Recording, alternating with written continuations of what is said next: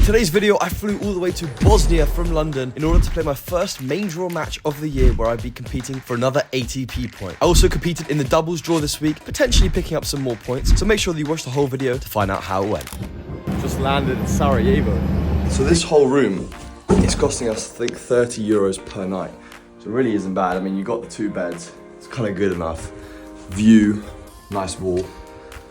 But yeah, apart from that, not too shabby. For breakfast on match day, it was pretty simple. Just eggs on toast, banana, some electrolyte tablets, and then it was time to warm up for the match, get a nice physical warm up for about 15 to 20 minutes going, get myself pumped up and ready to go. So in this week's main draw match, I was to play the seed number 3, Matthew Dellavedova, an Australian player on some very good form. He's currently ranked 429th in the world, so definitely wasn't going to be an easy match. So let's jump straight into this match with Matthew serving. Now, I can't lie, these first games I was a little bit nervous. I haven't played a main draw match all year. I think just a lack of form in the last few weeks on the clay courts, just trying to find my game. Obviously having some good success in doubles, great for confidence, but obviously on the singles court, just haven't been playing as many matches as I would have liked. So this first game, I wasn't really sure what to expect. Matthew's been on some good form. I think he's made some finals or even won some futures recently on the clay. And he's at a kind of career best ranking of about 400 in the world. So probably pushing some challenges very soon. So it was definitely going to be a really tough test. So I knew that, I'm going to have to be nice and solid, nice and consistent, try and bide my time as much as possible. But, as you can see, even with balls kind of landing on the line, I'm still losing the points. And at the beginning of this match, that was almost like a bit of an eye-opener. His baseline speed was so great laterally. So, I really had to try and string him out, move him forwards, backwards, side to side to just win 1 point. Which at the beginning of the match, I thought to myself, I almost made it a bit harder than it had to be. I think I began to kind of think I had to play too good. However, in this first service game here, just trying to do the simple things well, trying to get this first service game in the bag for the confidence, which is obviously key. And I do manage to take it to go 1-1 in this first set. But as you can see, Matthew kind of winning his service games, or at least playing his service games very, very well. And these courts were super soft, as you can see here, just sliding off that running backhand slice, and the backs of the courts and the bounces. It was all, let's just say, not great. And for both players, it's obviously the same. And I think that when I was moving around along the baseline, it was hard to kind of push off and get that real stick on the court. So that was obviously something to deal with throughout. And playing at a little bit of elevation, altitude, I think 700 meters or something like that, the ball was flying nicely. So I think for someone like Matthew, who's going to be kind of a bit of a road runner, play from the baseline a lot, I really had to try and do some damage early on in the points to try and take them. And as soon as he saw kind of any sort of weakness, he was straight up to it to finish these points.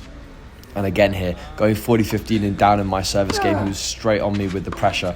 And I was hitting my backhand actually pretty well. I was very happy with it, forehand as well. Moving him around, going to the spaces, but just not quite doing enough on those shots, him making me play 1 or 2 extra balls.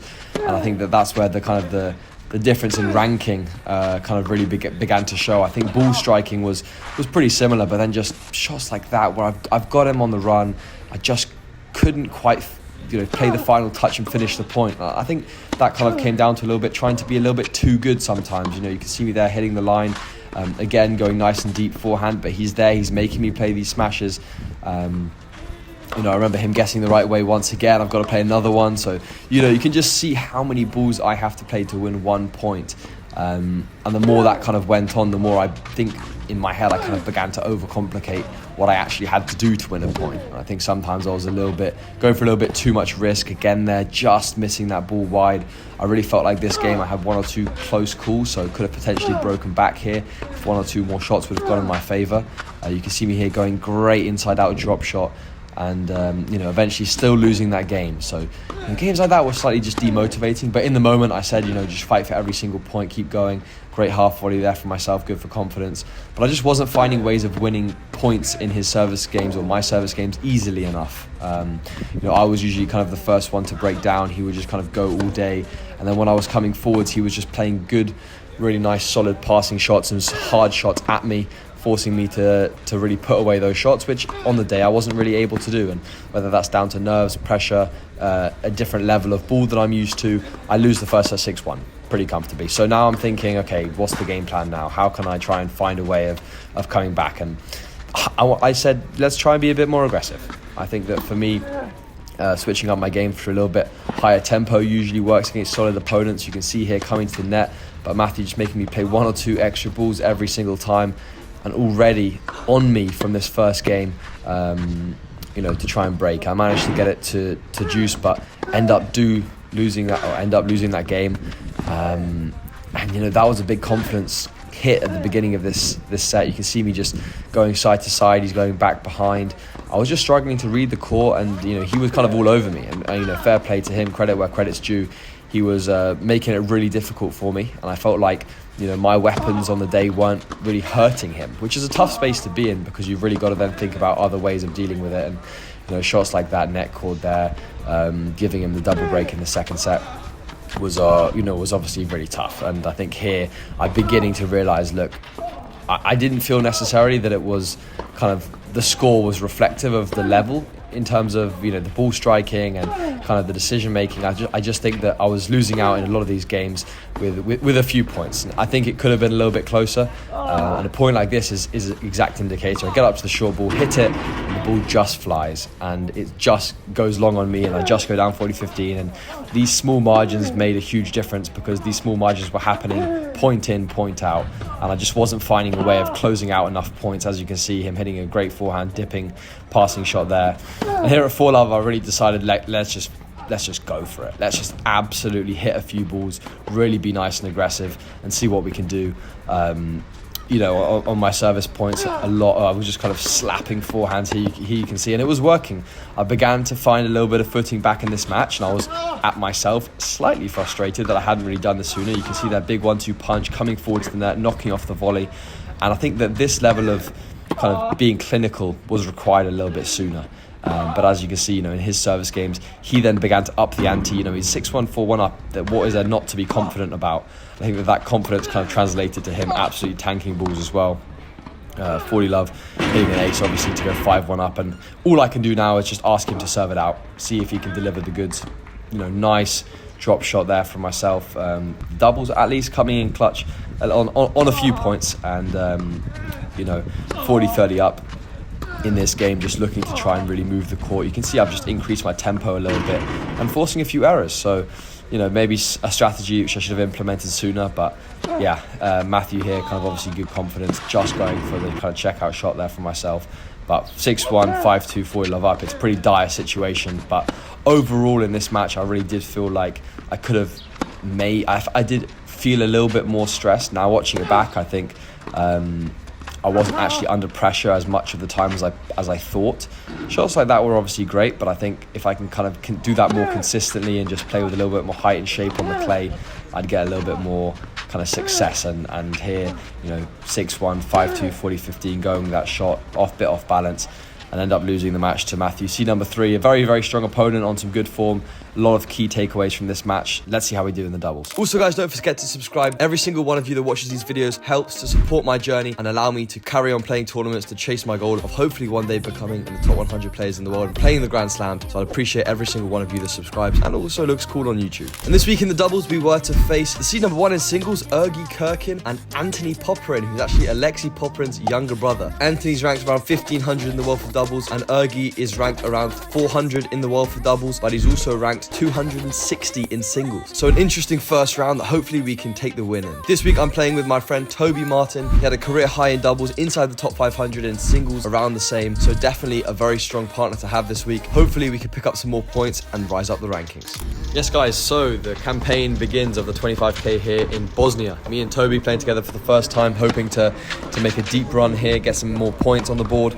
Playing against Kirkin, the seed number 1 in singles, and Anthony Popperin, who's Alexei Popperin's younger brother. Me and him have played doubles together last year a couple of times, and so it was interesting to be on the other side of the net this time. And he started off pretty hot. He's improved a lot, especially on the volleys and the net skills since last year, so I wasn't sure what to expect. And we go down an early break, so I said to Toby, let's try and lock in here, make sure that we're really playing the set patterns well. I felt like they were playing very loose and relaxed. I think that they only entered the doubles at the last minute, and a couple bad decisions for myself there at sudden death juice, just coming across on maybe the wrong ball, causing a little bit of indecisiveness, meaning that we're down an early break and we've got to fight back in this first set to really try and find a way back to try and at least secure a tiebreak, if not try and double break and take this set. But they were on some good form. We were both serving well to the spots.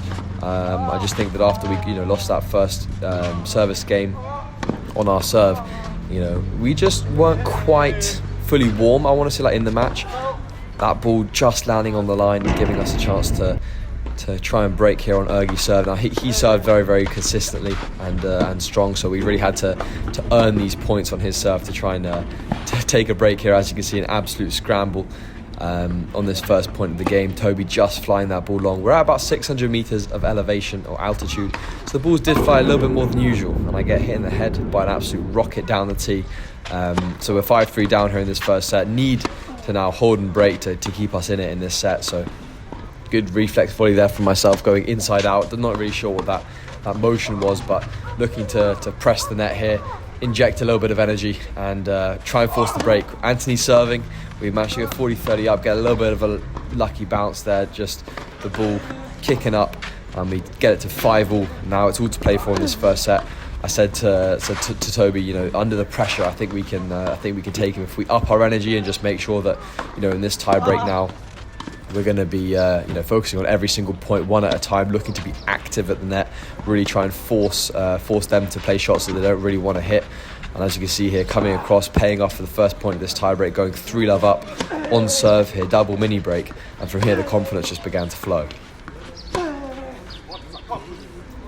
And so 6-2 up on serve, and again getting the slightly lucky bounce on these clay courts, going and winning the first set 7-6 here was a great boost for the confidence.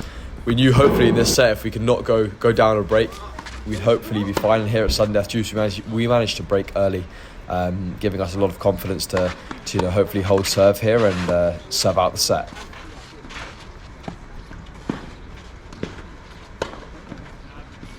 But they play one or two good points and get us to Sudden Death Juice here. Great serve from Toby out wide. Me hitting the smash, Anthony reflex, kind of backhanding that. Toby with the great drop shot, and I just hit the top of the net tape on that reflex volley. I should have expected it, to be honest, but they play a few good points and break back. That ball landing just on the line, and now we're kind of back to evens. And there were a couple times where this kind of happened. They had a little lull, got broken, but then broke straight back. And these doubles matches are kind of dangerous because if you're not focusing, kind of anything can happen, especially if you're up a break or down a break. And with serving like that, they stayed on serve in this set, and I don't think I've ever seen that before. I touched the net on the volley. I was a little bit too eager to finish that point. However, nonetheless, we play a solid point here, and I make up for it, and we win this game to go 3-all in this second set. Definitely want to try and make sure we're not getting broken and no stupid mistakes like that. Anthony threading the needle down the line, once again holding their service game, just putting the pressure, asking the question, are we going to be able to hold? You never really know, especially in clay court doubles, but we were able to, and looking here at 30-all, a decent chance to try and break here and late in this second set, but solid hands there by Anthony. It's like a brick wall at the net, and now it's once again with us. I think in Toby's service games he spot served really well, and I like kind of putting the balls away at the net, so it was quite a good combo for those games. And here at 5-all, definitely wanting to just win that cross-court battle and getting the craziest bounce. That's a joke I have ever seen. Here's the replay, literally bouncing out of the fence. I don't even know what that's hit on the court. Safe to say these courts were slightly, let's just say dodgy as being the right word. Very soft, and they led to a lot of bad bounces. And here at Sudden Death Juice, we get another break point, and once again, the luck kind of karma of that game going in our favour. Maybe deserved it after Anthony's shot, but here, obviously now serving for the match on my serve, wanted to try and make sure that we can kind of execute it out, and we go 40-15 up, and from here with 3 match points.